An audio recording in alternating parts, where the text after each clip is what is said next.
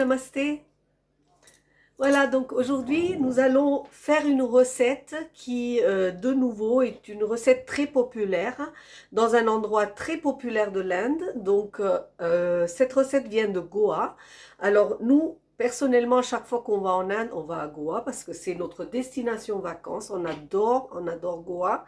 Et à Goa, on trouve beaucoup de poissons, de produits de la mer frais.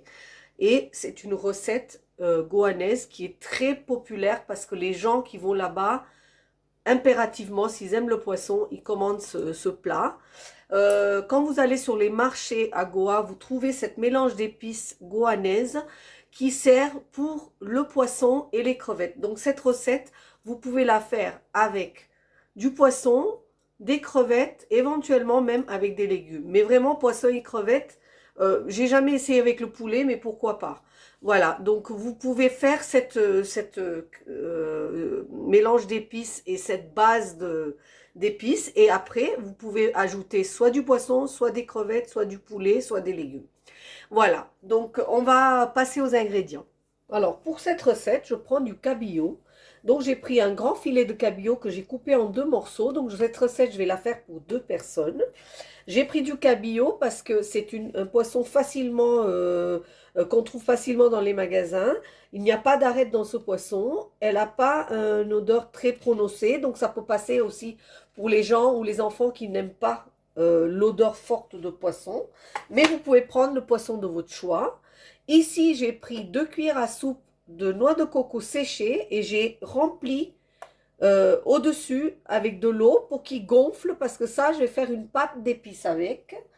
Ensuite, en épices, le poudre de goanaise pour le poisson et les crevettes, c'est 1 cuillère à café de graines de coriandre, 1 cuillère à café de graines de cumin, 2 piments rouges séchés, facultatifs pour ceux qui n'aiment pas que ça pique, une demi-cuillère à café de graines de poivre, 2 petits morceaux de cannelle et 2 gousses de cardamome. Donc ça, c'est pour l'épice qu'on va faire, le mélange qu'on va faire.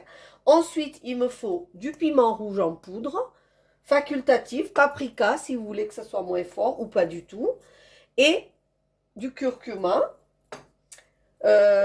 La matière grasse, moi je prends l'huile de noix de coco vierge bio. Pour tout ce qui concerne le poisson, là où il y a du noix de coco dans la recette, donc je prends l'huile de coco, mais vous pouvez prendre de l'huile de tournesol, du sel et un peu de coriandre frais.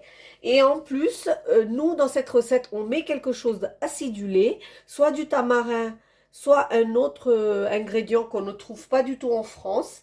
Donc, pour avoir ce goût acidulé qui manque à la recette, si on ne la met pas, je mets 1 cuillère à soupe de ketchup.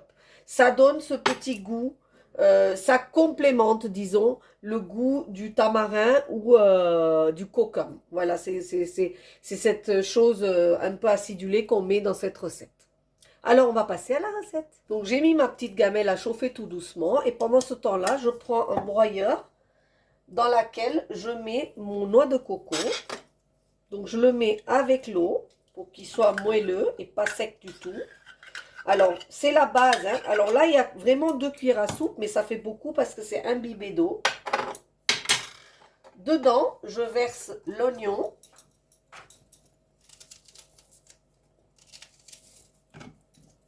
Je verse le petit morceau de gingembre. Donc, je fais tout devant vous, comme vous voyez.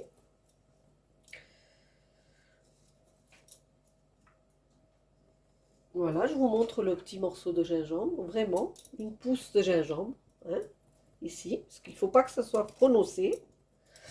Je vais mettre mes 2 gousses d'ail et je vais verser tous mes petits épices secs à l'intérieur, ici.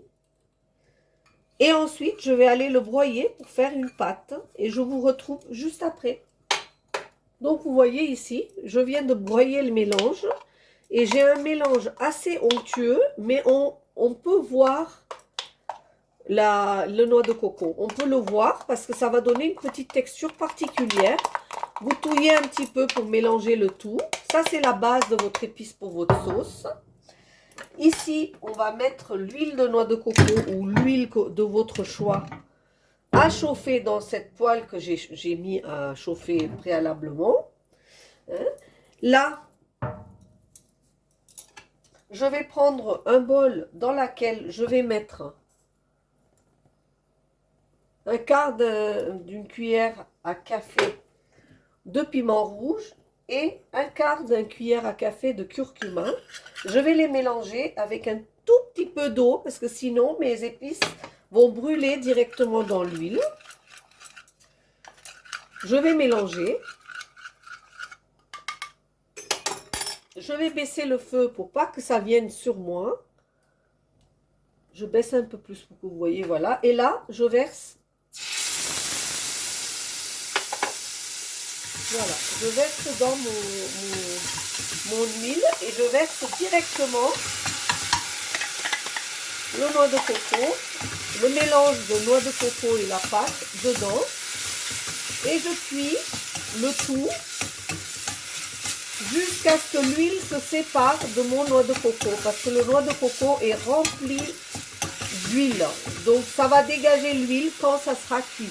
Jusqu'à ce que ça soit cuit, je vais mélanger, ne pas laisser accrocher et cuire cette pâte, cuire l'oignon, le gingembre, l'ail, les épices correctement pour former une petite pâte très appétissante. Voilà, au bout de 5 bonnes minutes d'avoir grillé mes épices, je viens de mettre une goutte d'eau pour faciliter à ce que je puisse touiller, mais ça reste quand même toujours épais. Vous voyez, ça remonte tellement le goût des piments, etc., que ça m'attrape la gorge. Mais c'est une odeur super agréable et ça fait revenir plein de souvenirs. Parce que à Goa, toute la nourriture sent cette odeur. Donc là, je continue, vous voyez, à malaxer mes épices, mon mélange. Je ne suis pas pressée, voilà. Et là, en fait, dans le mixeur, j'ai mis un peu d'eau pour récupérer tout ce qui restait. Je vais le verser dedans. Donc, à cette étape-là, vous pouvez arrêter la cuisson, faire ça à l'avance, arrêter la cuisson et ensuite reprendre votre cuisson juste au moment de mettre le poisson, si vous le souhaitez. Ça peut être fait à l'avance. Mais une fois que vous avez mis le poisson, il faut déguster votre plat rapidement. Parce que le poisson, je conseille de manger toujours du poisson frais et ne pas cuire et garder très longtemps. Donc je préconise de faire la sauce à l'avance et préparer le final juste avant de manger. Donc là, il faut continuer à touiller. Et à ce moment-là, je vais mettre le ketchup. Donc je vous dis, d'habitude on met du tamarin ou du kokum, mais comme on n'en trouve pas ici, et que j'essaye de vous donner des ingrédients qu'on trouve facilement, voilà, ça va imiter un petit peu le goût acidulé. On ne peut pas mettre de citron, parce que le citron fait tourner le noix de coco. Donc pas de citron, mais voilà, ça c'est une astuce. J'ai fait plein d'essais et cette astuce marche très bien. Donc voilà, là je continue à laisser cuire ma sauce à cette épaisseur-là. Je couvre, donc j'ai déjà fait cuire 5 minutes, je refais cuire 5 minutes avant de mettre mon poisson. Donc au bout de 5 minutes, hein, ça a mijoté à feu doux. Regardez, le coco a donné tous ses saveurs, tous ses jus. La sauce est devenue onctueuse. On voit toujours l'aspect un peu granuleux du noix de coco, mais c'est ça la beauté de la chose. Et là, je vais poser mes 2 morceaux de poisson sur ce lit. Je vais recouvrir légèrement de ma sauce.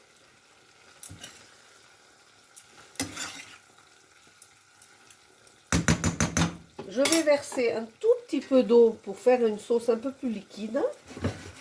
Et je vais laisser cuire de nouveau 2 minutes, le temps que le poisson cuise, 2-3 minutes. Et oui, j'ai oublié de saler, pardon. Voilà, donc je sale maintenant parce que j'avais pas envie que ça dégage trop d'eau avant. Donc ici, j'oublie pas de saler. Voilà, et je laisse mon poisson, c'est vraiment super. L'odeur est vraiment super bon. Je vous retrouve dans 3 minutes quand le poisson sera cuit. Voilà, donc au bout de 3 minutes, je défais le couvercle de ma gamelle. Je trouve que ma sauce, vous voyez, en mettant un peu de sel et en laissant couvert, le poisson, il a donné son nom et le sel aussi. Du coup, ça assouplit un petit peu la sauce. Vous pouvez aussi mettre un tout petit peu d'eau si vous voulez un peu plus de sauce. Hein. Cette sauce, vous pouvez facilement la faire pour 4-5 filets.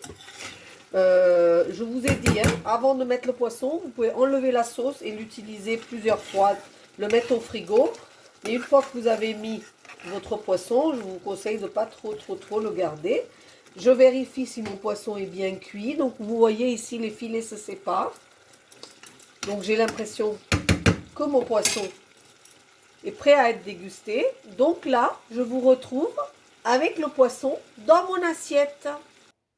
Voilà, je vous présente le cabillaud, donc le Goan Fish Curry, le très connu Goan Fish Curry. Pour finir, j'ai mis un peu de coriandre et une petite cuillère de lait de coco. Donc ça, c'est vous qui voyez. Si vous avez envie, vous pouvez le mettre. C'est très agréable ce lait de coco dans la sauce à la fin. Donc on ne le cuit pas, on le met juste par-dessus. Et j'ai cuit un peu de riz basmati blanc parce qu'il ne faut rien d'autre avec ça. À déguster, c'est vraiment très bon. Je vous conseille de l'essayer. Je vous conseille de le partager, cette recette, avec d'autres personnes. Et si vous n'êtes pas abonné encore à ma chaîne, s'il vous plaît, faites-le. Ça me fait plaisir. Et sinon, n'hésitez pas à me poser des questions si vous en avez. Je vous retrouve très bientôt. Namasté!